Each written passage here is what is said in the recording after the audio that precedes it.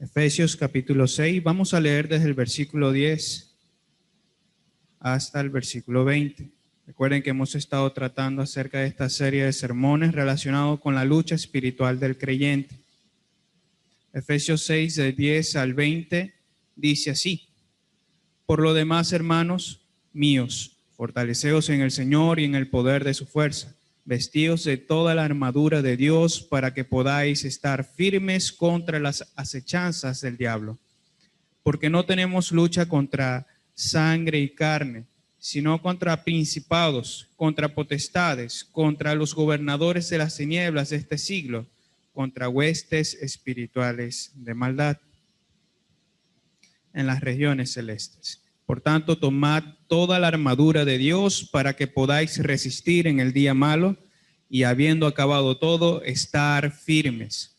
Estad pues firmes, ceñidos vuestros lomos con la verdad y vestíos con la coraza de justicia y calzados los pies con el apresto del evangelio de la paz, que ese es el versículo que vamos a estar estudiando hoy. Y sigue el 16, sobre este privilegio de congregarnos como iglesia. ¿Cuánto deseamos, Señor, que no solamente nosotros, sino cada uno de nuestros hermanos que no pudieron congregarse hoy, podamos reunirnos prontamente con normalidad para alabanza y gloria de tu nombre? Señor, sabemos que tú mandas que tu iglesia no se deje de congregar. Permite que las conciencias de nuestros hermanos no sean entorpecidas por cualquier cosa que pueda traer temor a sus vidas. Permíteles más bien estar seguros en ti, de saber, Señor, que tú guardas nuestras vidas, pero también a saber que debemos cumplir con nuestras responsabilidades. Te rogamos, Padre Celestial, que prontamente nos congregues a todos. Asimismo, Señor, queremos rogarte que tu palabra ilumine nuestras vidas para que en la exposición a ella seamos cada vez más conformados a nuestro Señor, el Rey de Gloria. Oh Dios eterno, usa mi vida a pesar de mi debilidad y permite que por medio de esta exposición seamos edificados. En Cristo Jesús oramos. Amén y amén. Quiero recordarle algo acerca de esta carta que hemos estado leyendo ya desde hace semanas atrás. El apóstol Pablo escribió esta y otras cartas desde la prisión. Recuerden que por causa del ministerio evangélico o apostólico, en el caso de Pablo, él fue llevado a la cárcel en varias oportunidades, de hecho. Pero en esta oportunidad, estando preso, él decide escribir varias cartas, entre ellas estas que estamos leyendo aquí. Por eso es que usted va a encontrar allí en el versículo 19 y en el 20 que Pablo habla acerca de ser un embajador en cadenas. Eso quiere decir literalmente que estaba preso, pero él no se consideraba preso de los hombres, sino preso del Señor Jesucristo. Es decir, considerándose a sí mismo como alguien que está cautivo a Cristo. Por supuesto, él no veía eso como malo, porque eso lo veía él como tenerse por digno de padecer por causa de su Señor. Y ¿cuánto nos falta para que nosotros podamos decir eso, verdad? Nos falta mucho y esperemos en el Señor que podamos apreciar cada vez más la vida de nuestro Señor que la vida propia de nosotros. Que por causa de Él entonces, por causa de su reino, nosotros podamos dar todo lo que somos. Al fin y al cabo, no nos salvó Él, Él nos salvó, nos atrajo a sí mismo con lazos de amor. Y por amor nosotros respondemos entonces a su llamado. Quiero traer a su memoria parte de las palabras que el Señor Jesucristo había dicho a sus discípulos en el momento en el que ascendió a los cielos. Una de las cosas que Él le dijo a sus discípulos es: y me seréis testigos en Jerusalén, en Samaria, en Judea, ¿y hasta dónde? Hasta lo último de la tierra. Es decir, que el Señor Jesucristo estaba hablando aquí acerca de la dinámica de la predicación evangelística, de cómo su reino sería expandido cada vez más. Les recuerdo que cuando el Señor habla acerca de su reino, lo habla en términos espirituales. Hasta que Cristo venga, su reino en ese mundo es espiritual. Eso no quiere decir que el Señor no tenga control de todo, sí lo tiene. Sin embargo, todo lo que ha venido sucediendo se conforma a su decreto eterno. ¿Qué hemos de saber? Que cuando Cristo venga, su reino espiritual, como también su reino sobre todas las cosas, se instalará en todo lo que vemos. De allí que cuando Él venga entonces, habrá cielo nuevo y tierra nueva. Y todas esas promesas que el Señor había dado a su pueblo alcanzarán su máximo esplendor, su cumplimiento. Pero mientras tanto, ¿qué pasa? Mientras el Señor aún no ha venido, ¿cómo debe estar la iglesia? Lo hemos estado leyendo una y otra vez. La iglesia debe estar firme, firme, mientras su evangelio, mientras su reino se expande cada vez más en los corazones de las personas. Ahora, fíjese que desde aquel momento en el que el Señor habló acerca de cómo debía darse testimonio de Él, el evangelio ha estado alcanzando lo último del mundo. Por ejemplo, ya después de 2000 años, podemos decir que el evangelio ha alcanzado todos los continentes de este mundo. Pero, ¿qué sucede? Todavía faltan muchos. Todavía faltan muchos para que puedan escuchar el evangelio de nuestro Señor.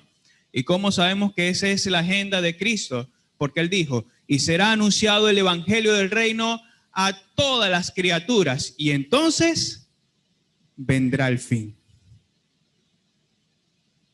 Entonces, ¿a quién ha encomendado esa labor?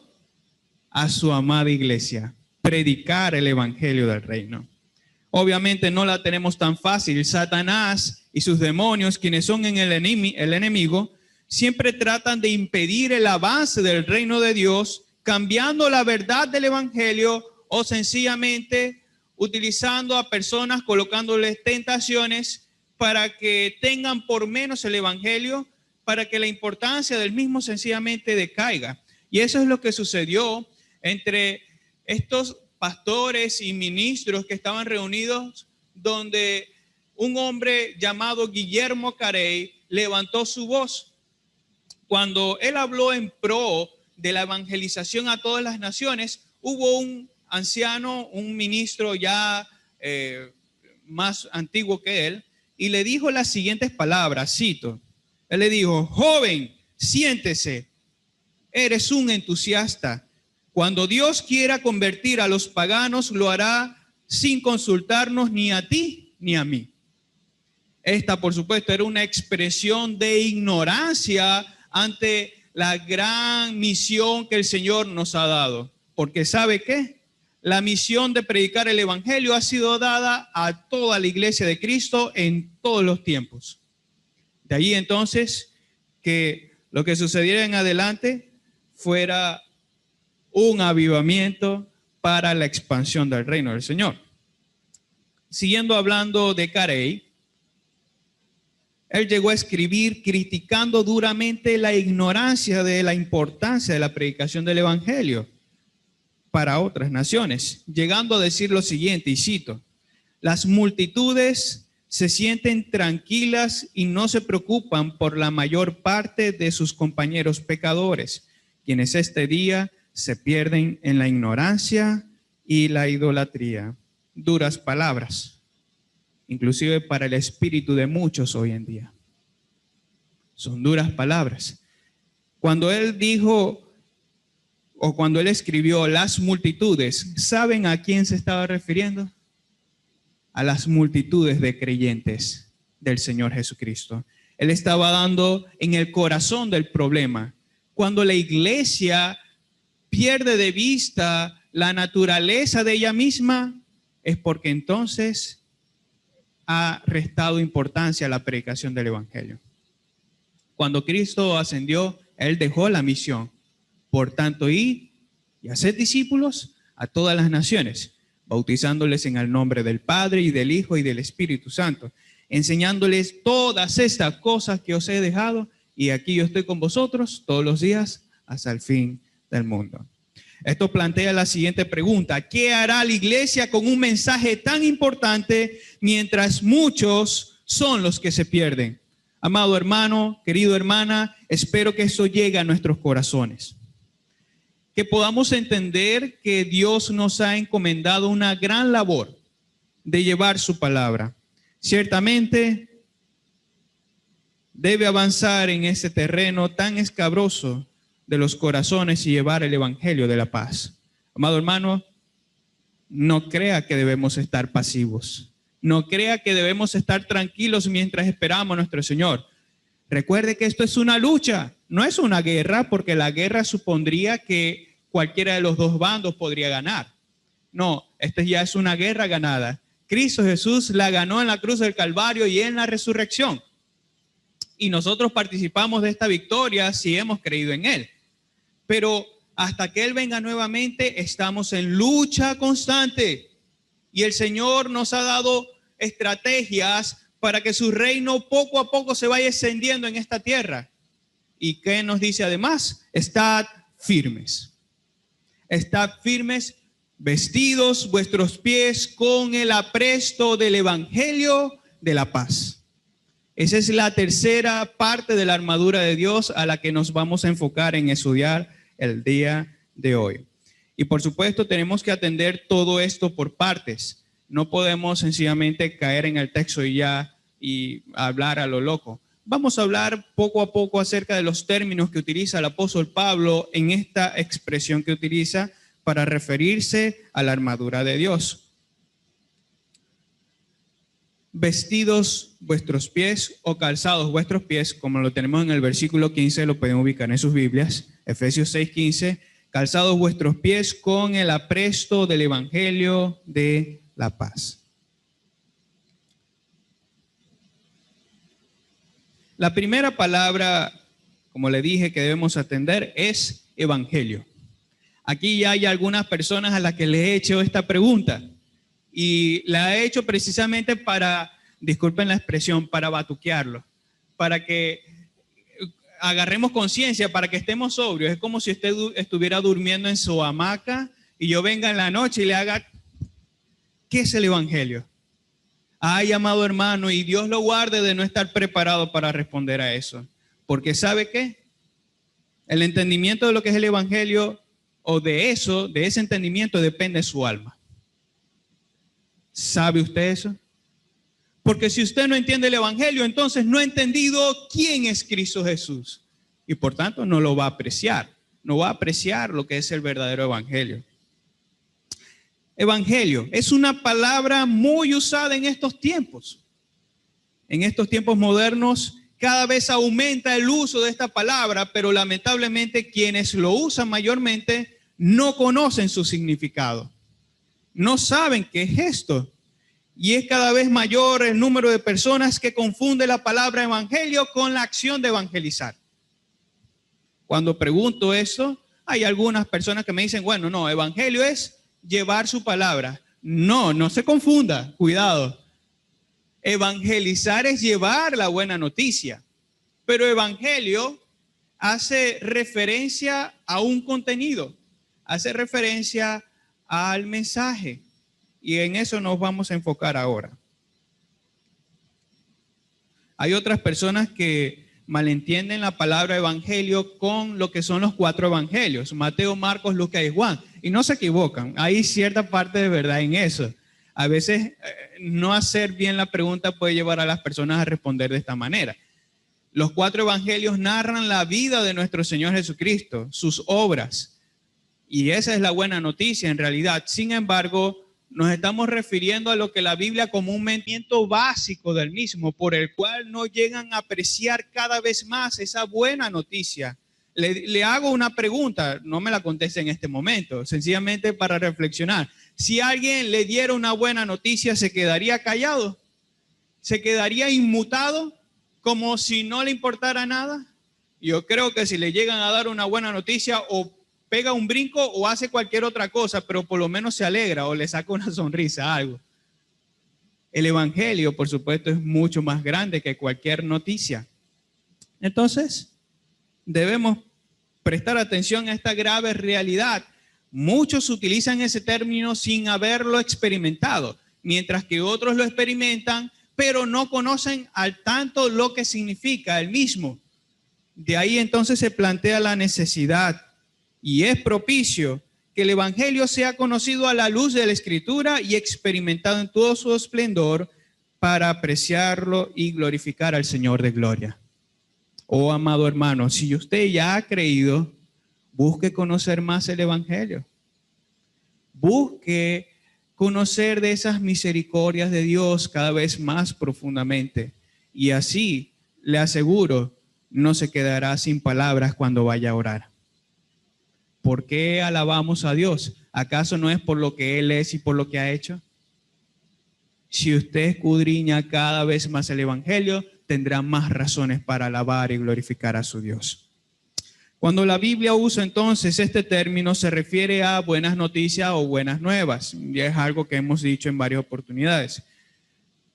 Y dijimos también que es diferente de la acción de evangelizar.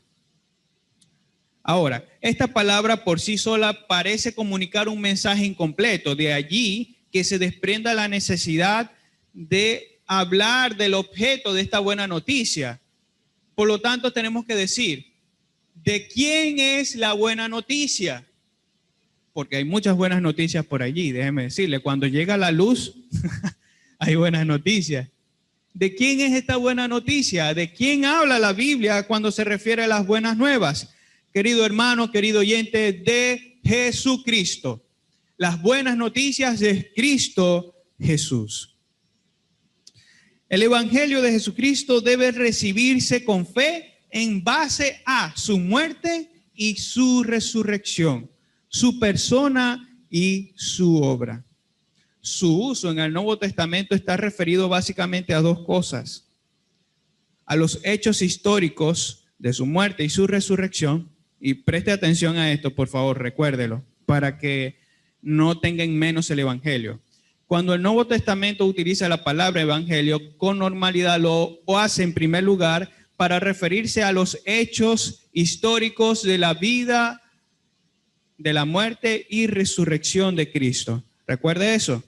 Pero en segundo lugar, cuando la Biblia habla acerca de evangelio, relacionado con Cristo Jesús, por supuesto, también se suele usar para referirse a los aspectos doctrinales de su obra. A los aspectos doctrinales de su obra. Por eso es que cuando yo le hago la pregunta, ¿qué es el evangelio? Inmediatamente usted tiene que pensar en esas dos cosas, en los hechos históricos de la vida, muerte y resurrección de Cristo y en el aspecto doctrinal de su evangelio, es decir, de su muerte y de su resurrección. Entonces, tenemos que decir que aunque la idea del contenido del evangelio parece ser simple, la realidad es que nuestras mentes no pueden comprender el significado total del evangelio. ¿Sabía usted eso? De hecho, si usted ha creído en el Señor y si usted llega a partir a los cielos, usted no va a partir a los cielos con todo lo que ya debía saber acerca del evangelio. Por ejemplo, le voy a hacer una pregunta para que usted pueda ver por qué no vamos a entender todo lo relacionado con el evangelio antes de que muramos. La pregunta es, ¿por qué Dios quiso manifestar su amor por medio del doloroso sacrificio de Cristo por pecadores como nosotros? No sabemos. ¿Por qué lo hizo? Y esa pregunta es diferente a, ¿él debía hacerlo? Cuidado si usted llega a enorgullecerse a tal manera de decir, Dios está obligado a morir por mí. Cuidado, no se enaltezca sobremanera. Porque si Cristo murió por usted, no lo hizo porque usted era muy bueno, muy gracioso, muy carismático, muy bonito, muy cualquier cosa. No lo hizo por eso. No lo hizo por usted. ¿Su motivación qué era? Su amor. Su amor era su motivación. Y en su amor nosotros somos beneficiados. Así que cuando vaya a meditar y a profundizar, a reflexionar acerca del amor de Dios, usted siempre se va a hallar con esa pregunta: ¿por qué lo hiciste, Señor? Yo no merecía tan grande amor. Y de hecho no lo merecemos todavía. nada de lo que usted haga podrá hacerlo digno de recibir su amor. Por eso descanse en el Señor y disfrute de su maravillosa gracia. Aún los misioneros más experimentados en el campo de la evangelización admiten que no comprenden todas las verdades que se desprenden del evangelio de Cristo Jesús. Recuerdo al pastor Paul Washer, quien todavía está vivo, hablar y decir: yo creo que me voy para el cielo y todavía no voy a comprender todas las verdades del evangelio. Y es que, amado hermano, cuando usted abre la Biblia para estudiar acerca del evangelio, desde Génesis hasta Apocalipsis, usted va a encontrar siempre la buena noticia. Mi Biblia tiene muchas páginas, no sé cuántas tiene la de usted, pero tiene varias páginas para leer acerca del evangelio de nuestro Señor. O sea que tiene mucho que estudiar, ¿verdad? Es importante añadir, junto con el apóstol Pablo, que no hay otro evangelio. No hay otra buena noticia comparable con la noticia de Cristo Jesús. No hay otra buena noticia que lo pueda salvar, por el cual, sin ningún temor a lo que las personas dirán o a lo que puedan hacer, no es importante declarar, como lo dice la Biblia: no hay otro nombre en que podamos ser salvos, sino únicamente en el nombre de Cristo Jesús. Hubo un hombre, no lo puedo llamar pastor porque fue descalificado en el momento en el que dijo esto. Él dijo: todas las religiones llevan al Señor. Eso es herejía, ¿sabe? ¿Qué comunión tienen la luz con las tinieblas? Por eso no le dé temor de declarar esa gran verdad, sin importar lo que puedan decir los demás o hacer contra usted. Porque si usted está convencido, y supóngase que usted no esté totalmente convencido, la verdad acerca de Cristo no va a cambiar y ella es absoluta. Ella no se va a ver quebrantada. Cristo Jesús murió y resucitó para dar vida a todo aquel que cree en Él. Eso va a ser así, aunque las personas no lo crean. Me refiero a los hostiles, me refiero a aquellos que no van a creer el evangelio y van a querer ir en contra de ellos. Muchas personas dicen: no, tienes que tolerar a las personas. ¿Y es que acaso tolerar implica que yo voy a negar la verdad en la que he creído para tolerar a los demás? No, porque si es así el caso, entonces ¿cuándo le va a presentar el mensaje del evangelio a sus amigos? No, yo respeto a mis amigos y por eso yo no les hablo del evangelio. Es a ellos que les tiene que hablar del evangelio, porque Cristo Jesús es el único que puede salvar sus vidas. Ahorita vamos a estar desarrollando un poco más esto, pero esa es la afirmación que hace el apóstol Pablo. No hay otro evangelio. Gálatas 1:8. No hay otro evangelio. Fíjense lo que encontramos aquí. Es normal, es característico de las otras religiones que se trate de presentar algo diferente a lo que Dios ha dicho acerca de sí mismo. De hecho, es la táctica de Satanás. Satanás lo que quiere hacer es una parodia del evangelio. ¿Usted sabe qué es esa palabra? Es, en otras palabras, hacer del evangelio un chiste. Yo creo que usted sabe a lo que me estoy refiriendo. Usted puede ver varias películas y al tiempo van a sacar una parodia de esas películas, es decir, una película que contengan varias otras y hagan un chiste de todo ello. Bueno, Satanás no le tiembla el pulso para hacer cualquier otro tipo de evangelio que sea una burla al evangelio verdadero. De allí que le haya enviado a sus secuaces, a los judaizantes, aquellos que, por cierto, de donde vino la buena noticia, pero que al final ni ellos mismos la creyeron. Esto fue lo que dijo el apóstol Pablo a los Gálatas. Mas si aún nosotros, o un ángel del cielo, eso es un lenguaje, eso es un lenguaje que se utiliza para expresar una verdad altísima. O sea, como si fuera el ángel, si un ángel bajara en este mismo momento. Eso es lo que se está refiriendo a él. Mas si aún nosotros, o un ángel del cielo, os anunciare otro evangelio diferente del que os hemos anunciado, la Biblia dice, el tal sea anatema. ¿Sabe qué significa esa palabra? Que esa persona está bajo maldición. Eso quiere decir que si alguna persona se atreve a predicar un evangelio diferente del de Cristo Jesús, está bajo maldición. ¿Y cuál es esa maldición? Bueno, sencillamente el de la incredulidad, aquella por la cual va a morir eternamente por sus pecados.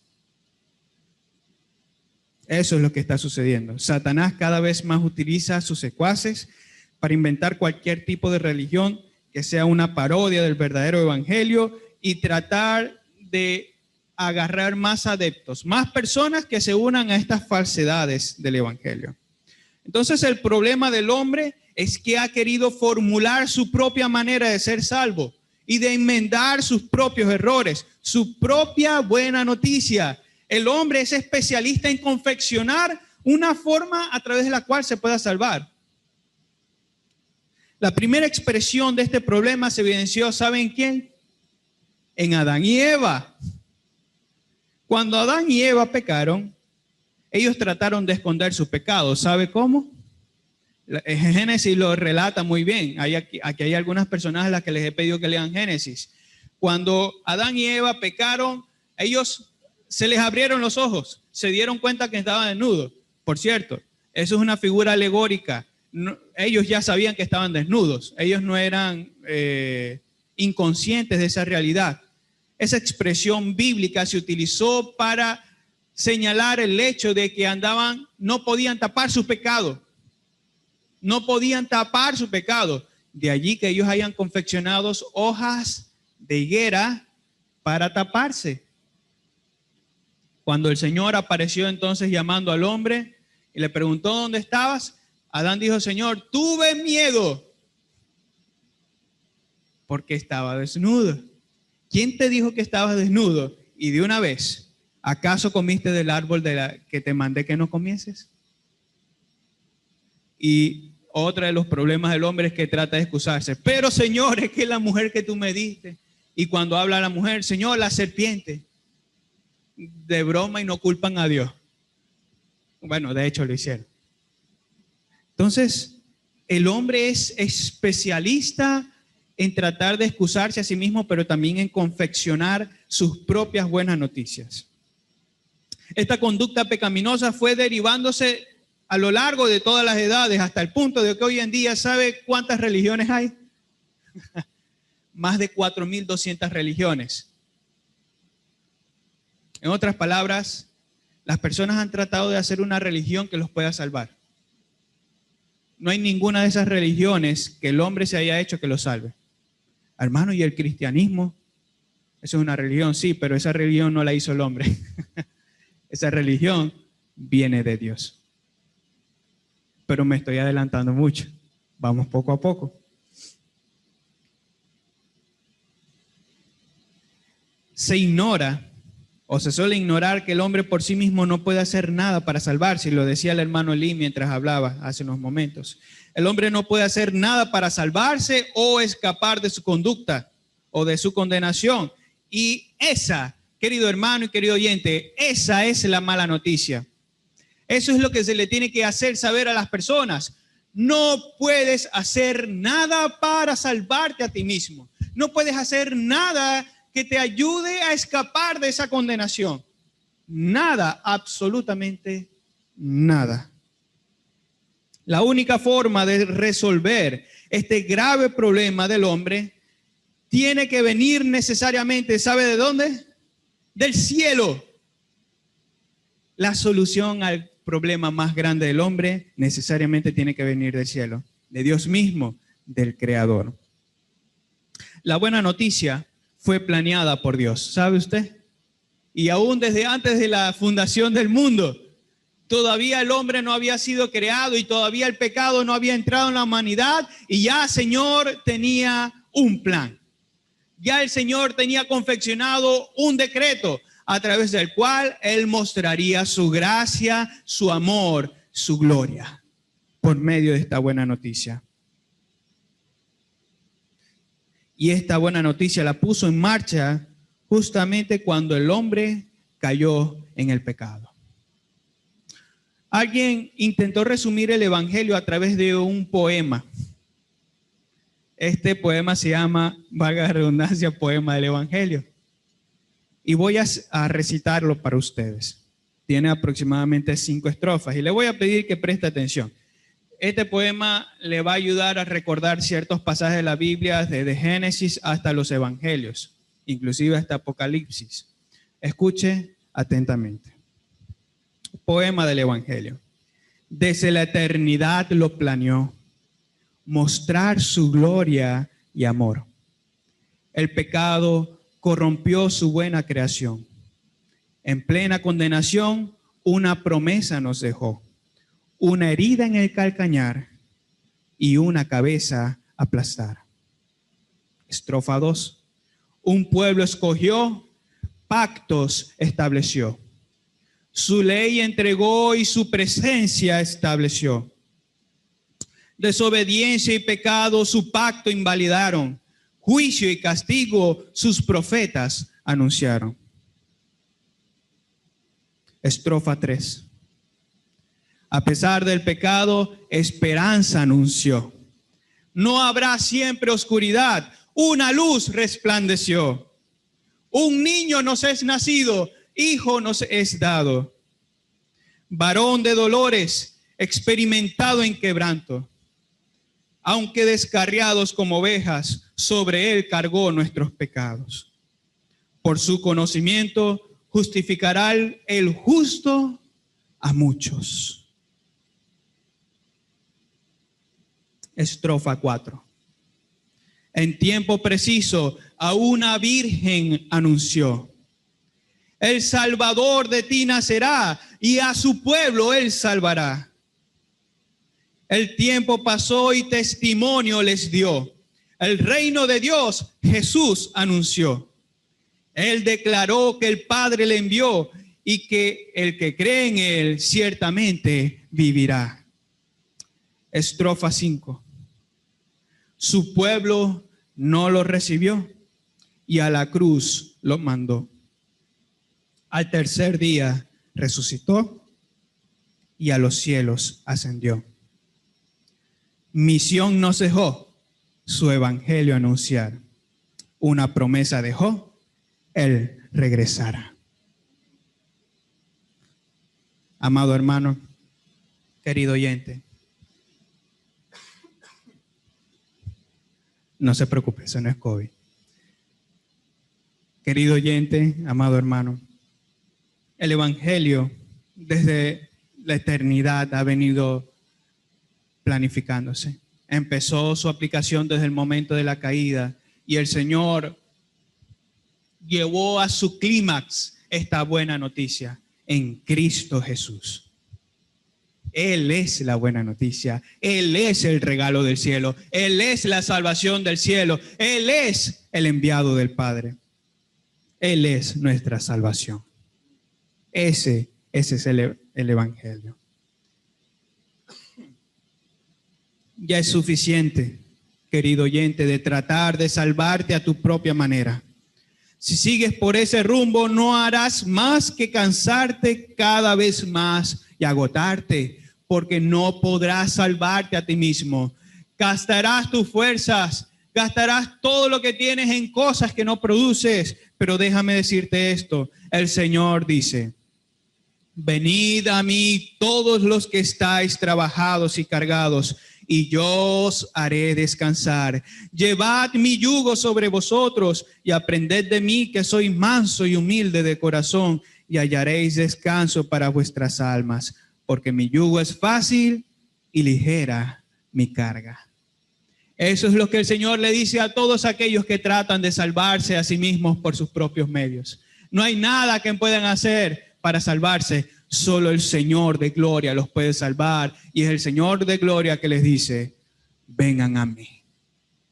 No gasten su dinero en cosas que no producen, no gasten su tiempo en cosas que no los salvarán. Vengan a mí.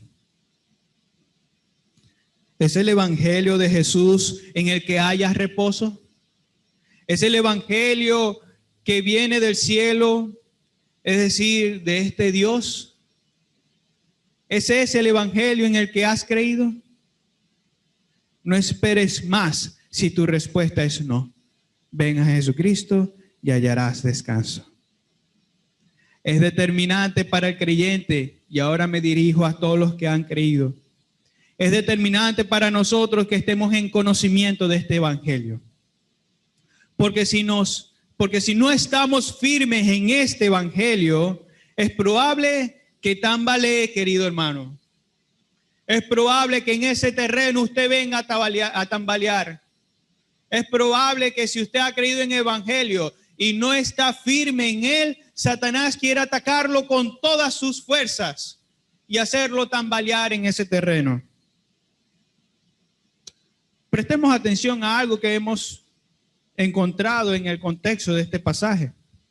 Recuerden que Pablo está hablando acerca de la armadura de Dios y él está tomando la imagen de una armadura romana. Recuerden que Pablo estaba preso. Muy probablemente tenía este contacto visual con sus guardias. Él habló primeramente acerca del cinturón, después pasó a hablar, y permítanme aquí,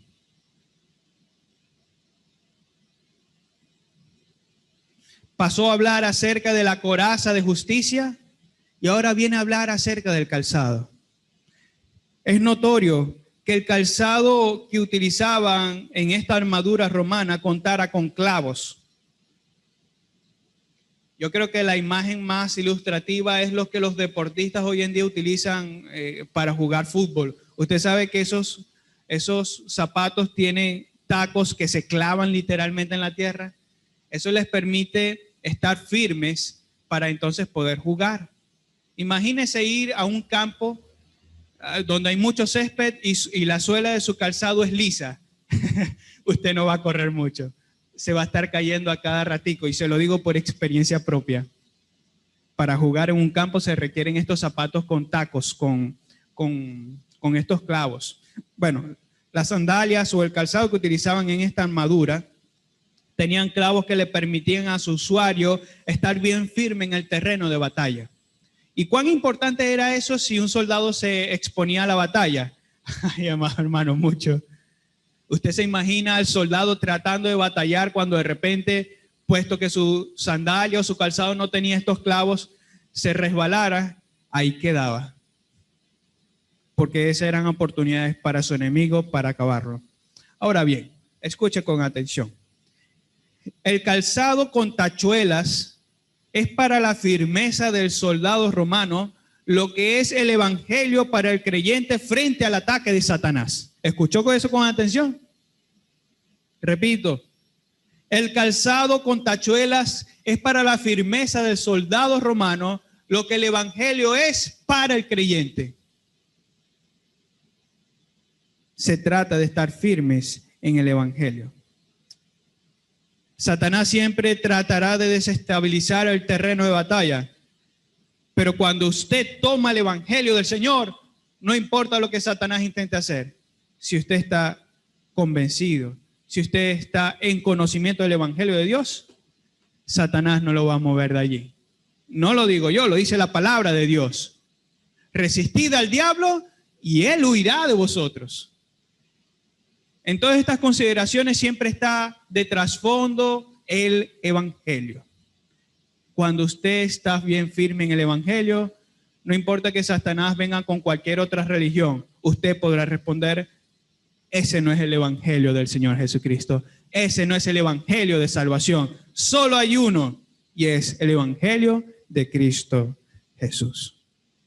Eso me lleva por último a la segunda implicación que podemos tomar de este texto. Buenos calzados proveían a su usuario un fácil y buen movimiento sobre el terreno de batalla. Es por ello que una de las mayores causas de las victorias romanas se debía, entre otras cosas, al tipo de calzado. Y eso podría ser una sorpresa para usted, pero es una verdad. Mucha de la causa de las victorias de los romanos se debía, entre otras cosas, al tipo de calzado que ellos usaban.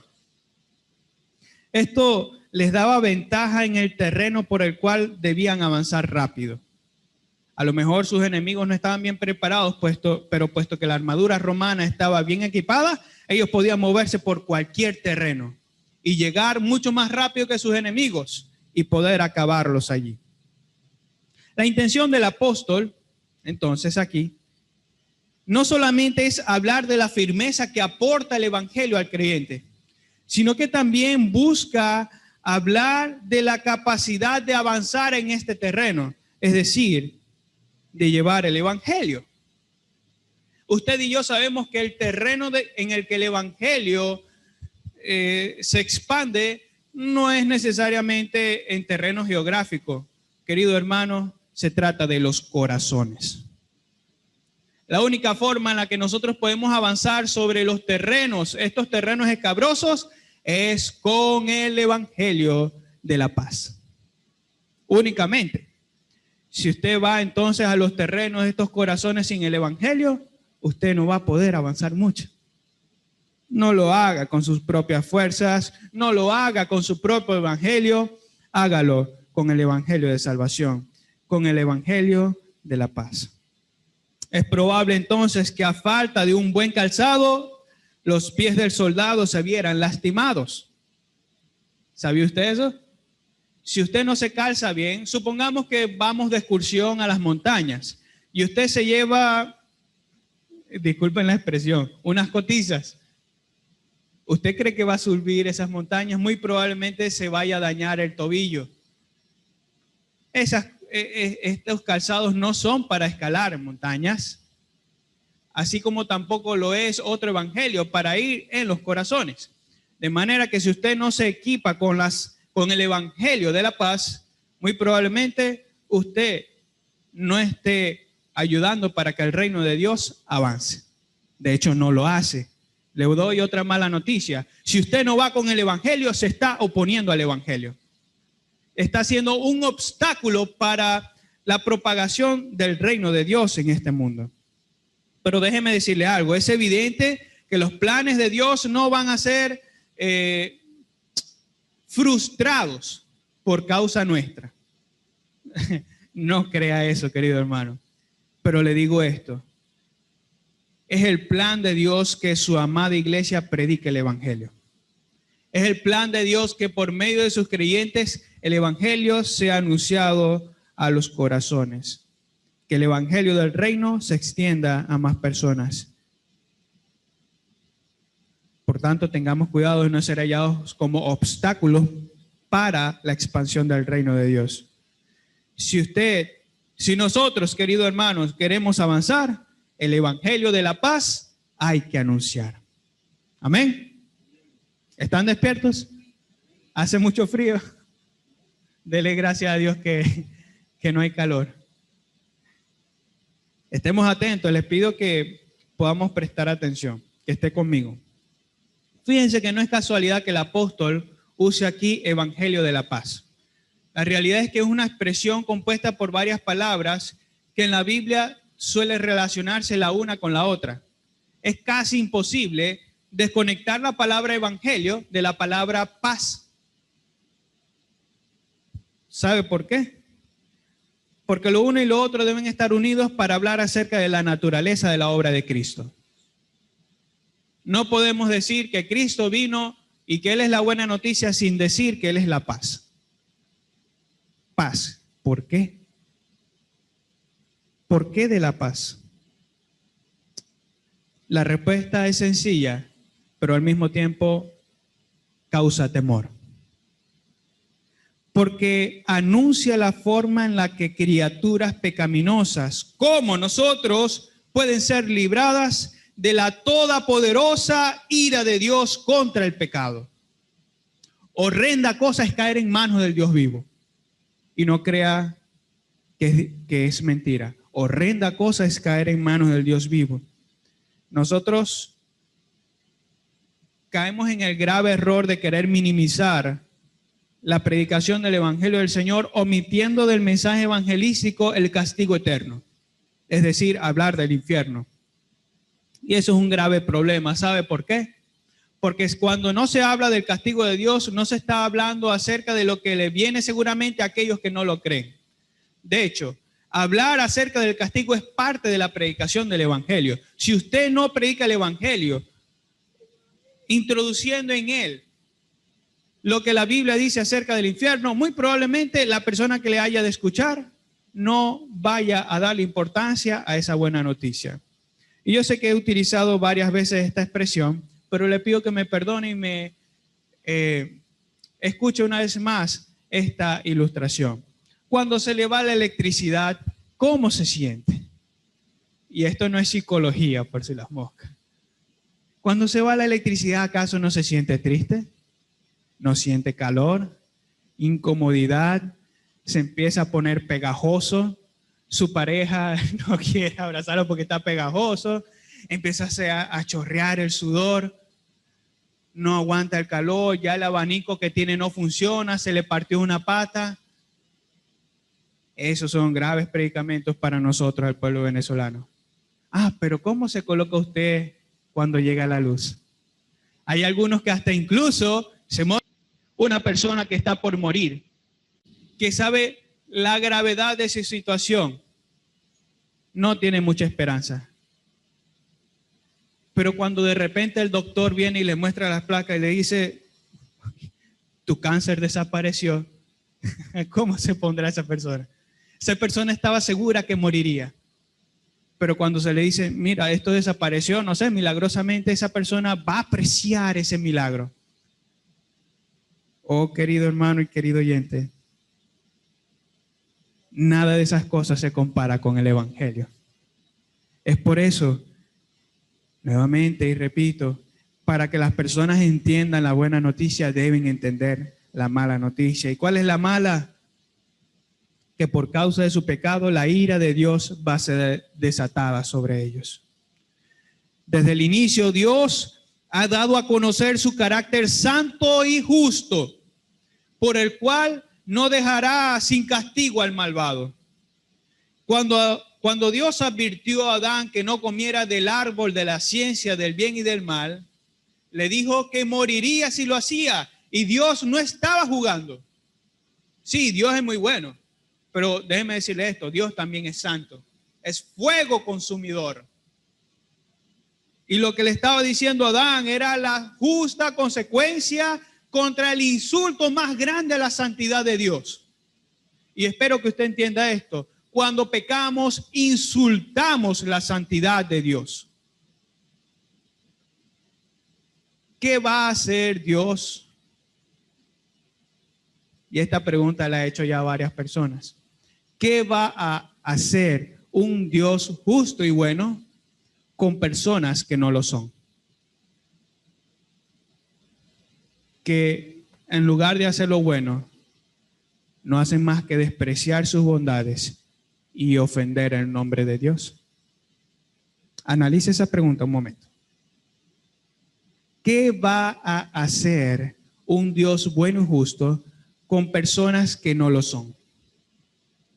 Que no han hecho más que insultar su santo nombre.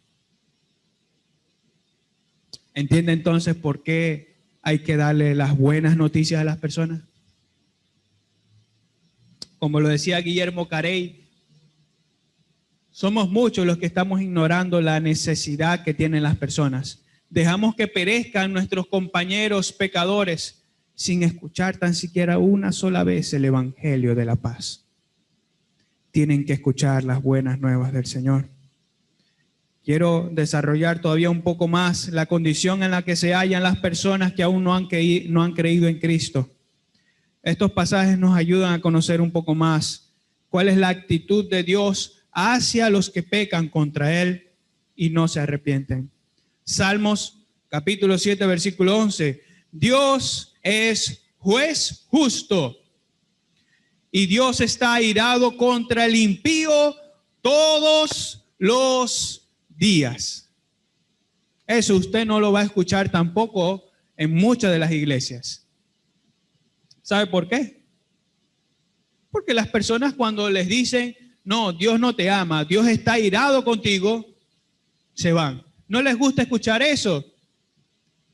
Es que le pregunto, ¿a qué persona le gusta escuchar, en caso de la medicina, a qué persona le gustaría escuchar, mira, tienes una enfermedad mortal y te vas a morir en un mes? Yo creo que a nadie, ¿verdad? pero sería negligencia médica y de hecho antiético que usted guarde la condición médica de una persona y le diga, no, no tienes nada.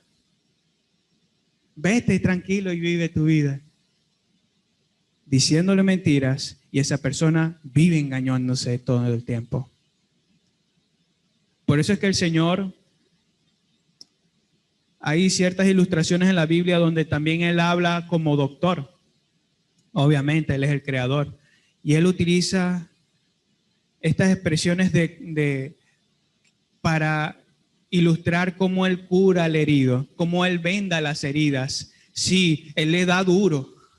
Él le da duro a las personas. Su palabra es como un martillo que quiebra. Pero al mismo tiempo es como ese aliciente que quita nuestro dolor. Son duras palabras decir eso a las personas, pero es necesario decírselos a las personas para que no mueran engañados, para que no mueran en desconocimiento, para que no mueran sin la buena noticia del Señor. Otro texto, Salmos 130, versículo 3. Jehová, si mirares a los pecados, ¿quién, oh Señor, podrá mantenerse?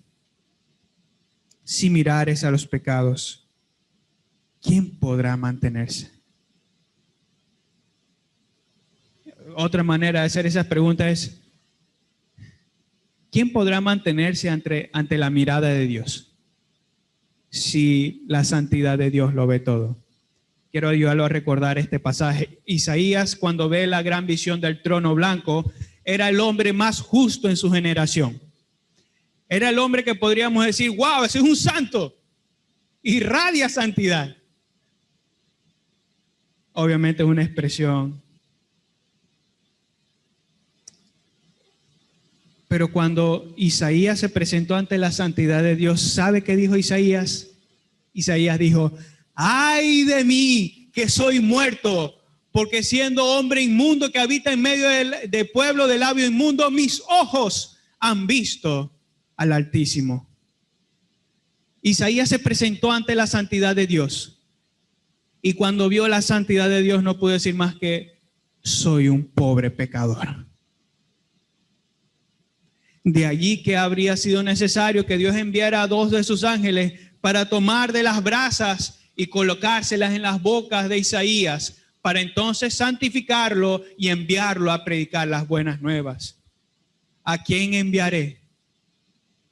Isaías dijo, heme aquí, envíame a mí. Otro texto. Porque la ira de Dios se revela desde el cielo contra toda impiedad e injusticia de los hombres que detienen con injusticia la verdad. Entonces no le diga mentira a las personas.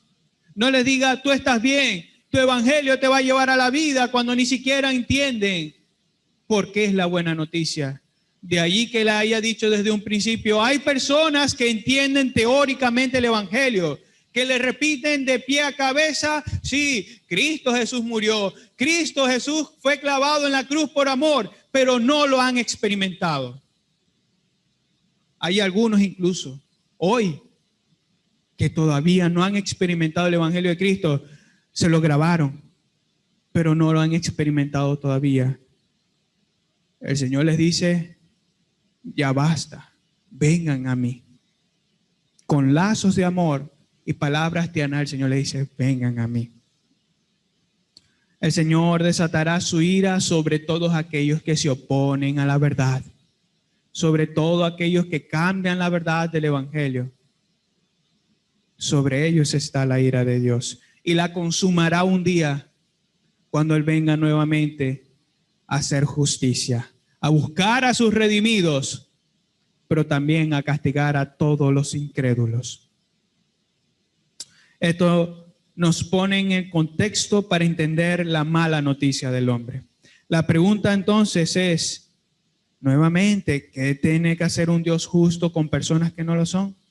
La respuesta lógica es castigar la maldad. ¿Qué pueden hacer los pecadores frente a su ira? Temblar. Es lo más lógico. ¿Sabe qué hacen los demonios? Santiago, en el capítulo 12, él dice que la fe sin obra es muerta.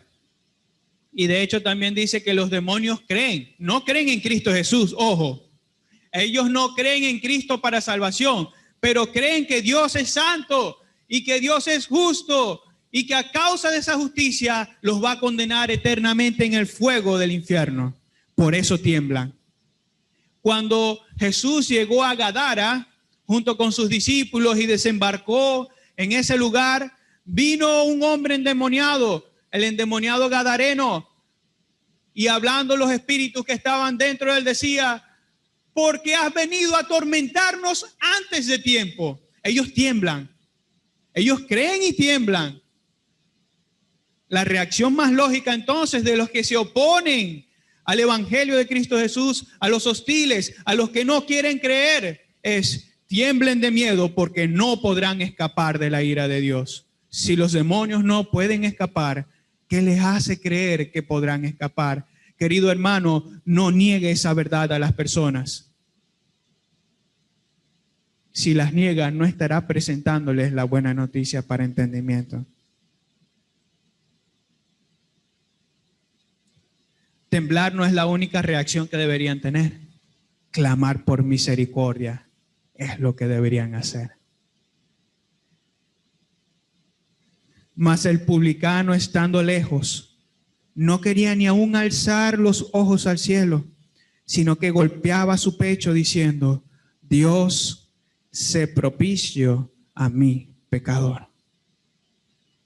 El publicano entendía su pecado. Él entendía que había traicionado a su patria, que se había opuesto a la nación, al pueblo de Dios, al pueblo del antiguo pacto, cobrándoles impuestos, robándoles. Los publicanos en el contexto del Señor Jesucristo eran personas tenidas como pecadores inmundos. Pero cuando este pecador inmundo fue ante la presencia de Dios al mismo tiempo que el fariseo, y el fariseo oraba: Señor, te doy gracias porque ayuno 2 veces, no soy como ese publicano. Y él se estaba enalteciendo cada vez más, creyendo que por sus religiones de obras iba a ser salvo. Pero ese publicano pecador no hacía más que golpearse el pecho y decir: Señor, sé propicio a mi pecador. Esa es otra manera de decir: ten misericordia de mí. Eso es lo que deben hacer las personas que conocen entonces lo que habrá de venir si no se arrepienten. La implicación de esta realidad es que si la entendemos y aún así no llevamos la noticia de la paz a hombres pecadores, a hombres perdidos, lo más probable es que no hayamos entendido la naturaleza del evangelio. Repito eso, querido hermano, para hacerlo estar sobrio. La implicación de esta realidad es que si entendemos y aún así no llevamos la buena noticia de la paz a los hombres perdidos, lo más probable es que no hayamos entendido la naturaleza del evangelio y de nuestra identidad como iglesia. Por tanto, hay que hacer las preguntas del apóstol Pablo, y cuánto me gusta citar este texto. Romanos 10 del 13 al 15 dice: todo aquel que invocare el nombre de Dios será salvo. ¿Cómo pues invocarán a aquel en el cual no han creído? ¿Y cómo creerán en aquel de quien no han oído? ¿Y cómo oirán sin haber quien les predique? ¿Y cómo predicarán si no fueren enviados? Como está escrito. Y fíjense la relación de esto que tenemos con Efesios 6:15. Cuán hermosos son los pies de los que anuncian la paz, de los que anuncian las buenas nuevas. No es porque los pies sean bonitos, ojo. Tenga cuidado. Lo que hacen hermosos y apreciables estos pies es que están revestidos del evangelio de la paz. Son pies que van presurosos a predicar y dar la buena noticia. Pueblo pecador, ahora hay paz entre Dios y los hombres. Jesucristo es el mediador entre Dios y los hombres. ¿Cómo vamos a callar una noticia así? No hace falta que nos envíen, ya Dios nos ha enviado. Querida iglesia, si queremos permanecer firmes y avanzar en este campo de batalla, tenemos que estar preparados y dispuestos para predicar el evangelio de la paz. La pregunta a realizarse no es, ¿a cuántas personas les predicaste en los últimos meses? No quiero hacer esa pregunta ahorita, no quiero saber tampoco la respuesta. Esa es una pregunta que suele ser hecha para reflexión de nosotros. Ya basta con lo que pasó. Arrepintámonos si no predicamos el evangelio en este tiempo de pandemia, de cuarentena en el que no nos estamos reuniendo. Preguntémonos más bien, ¿vamos a callar la buena noticia? No es de lo que ya pasó, es de lo que tenemos que hacer ahora. ¿Vamos a callar esta buena noticia? No guardes lo que Dios te ha llamado a proclamar. Anuncia el evangelio de la paz. En conclusión, el campo de batalla en el que se encuentra el cristiano demanda el uso de calzados especiales para andar en él. Unos calzados que aporten firmeza y que al mismo tiempo le permitan moverse con rapidez y facilidad sobre estos terrenos. Ese calzado especial es el evangelio de la paz. Solo el evangelio aportará suficiente firmeza frente a las mentiras de Satanás y proveerá la capacidad para que el reino de Dios se extienda a más almas necesitadas. No vaya con otro evangelio, vaya con las buenas noticias de Cristo Jesús, la noticia de la paz. Oremos.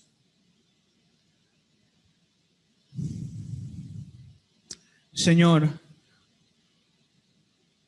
tu palabra es viva y eficaz y más cortante que espada de dos filos, que penetra hasta lo más íntimo y que corta todo.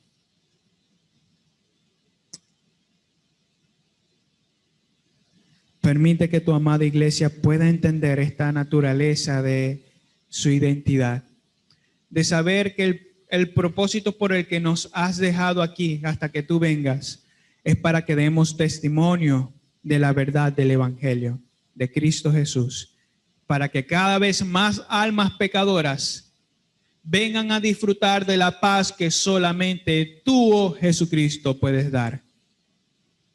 Permite que tu amada iglesia pueda ser avivada para que en lo relacionado con el evangelio, ir a las almas para echar redes. Oh Dios eterno, guía nuestros corazones. Permite que esto nos haga estar sobrios y que nos podamos colocar ese calzado del evangelio, del apresto del evangelio de la paz. Ayúdanos, Dios eterno. Guárdanos de la ociosidad. Guárdanos, Señor, de no querer dar testimonio. Señor, mueve nuestros corazones para predicar esa buena noticia. Te lo rogamos, Señor, conmueve nuestros corazones. En Cristo Jesús oramos, Señor. Amén y amén. Podemos parar la grabación, por favor.